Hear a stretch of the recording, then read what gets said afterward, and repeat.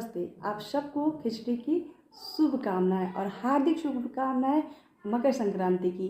तो आज मैं एक बहुत अच्छी स्टोरी लाई हूँ जो हमें सुनना चाहिए। ठीक है, हम जो एजुकेशन में हैं, हम लेडीज़ को सुनना चाहिए। ठीक है, तो एक राजा थे, उनकी दो बेटियां थीं।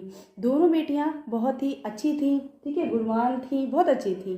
तो राजा सोचते हैं कि चलो आज मैं बाप होने के नाते बेटियों के साथ बैठता हूँ और कुछ कहानियाँ बताता हूँ जो मैं राज्य में जाता आता हूँ और मुझे परेशानियाँ होती हैं, तो चलो मैं उसको अपने बेटियों के साथ शेयर करता हूँ। तो बेटियों के साथ बैठ जाते हैं और बेटियाँ अच्छी होती हैं, बहुत अच्छी नहीं, शरारती भी होती हैं, लोगों को बहुत परेशान करती हैं। मतलब उन्हें अमीर गरीब या फिर दुख दर्द से बहुत ज़्यादा वो नहीं होती हैं, लेकिन क्वालिटी उनके पास अच्छी होती है। मतलब एक लड़की की क्वालिटी अच्छी होती है, बट उन्हें नहीं पता होता है, डायरेक्शन नहीं होता है कि कैसे क्या ये गरीब है या अमीर है। उन्हें हंसी आता किसी पे तो हंस देती हैं, उन्हें गुस्सा आता किसी पे मार देती हैं, ऐसी थी।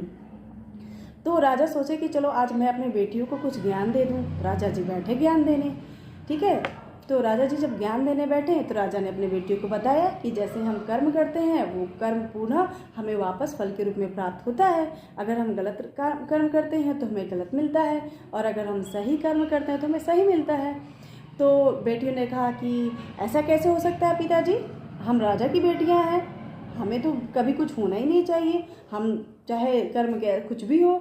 तो उनके पिताजी कहते हैं नहीं, ईश्वर के द्वारा बनाया गया ये जो संसार है उसमें हम सब एक ही तरह हैं। तो राजा ये कह के निकल लेते हैं। बेटियां ये सब समझती हैं कि नहीं समझती हैं, फिर अपने माँ को जाके बोलती हैं कि पिताजी ने हमें यह शिक्षा दी। ठीक है, तो मैं आज के समाज से पूछना चाहती हूँ, क्या आप अपनी बेटियों के साथ बैठते हो?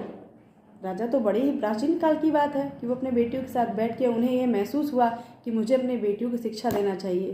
तो क्या उस समय का बाप अपने बेटी के साथ बैठ के राज्य के बारे में या देश के निर्माण के बारे में या ईश्वर के बारे में बता सकता है, तो क्या आज का समाज का व्यक्ति अपनी बेटियों के साथ नहीं बैठ सकता है? सिर्फ बेटियों के नहीं साहब, बेटों के साथ भी बैठें, क्योंकि समाज का जो दशा है ना बहुत ही ख़राब हो चुका है। और ज़रूरत है कि माँ बाप अपने बच्चों को अपना एक बहुमूल्य समय दें। ठीक है, तो आप सबका धन्यवाद। मेरे बात पे थोड़ा सा विचार करिएगा।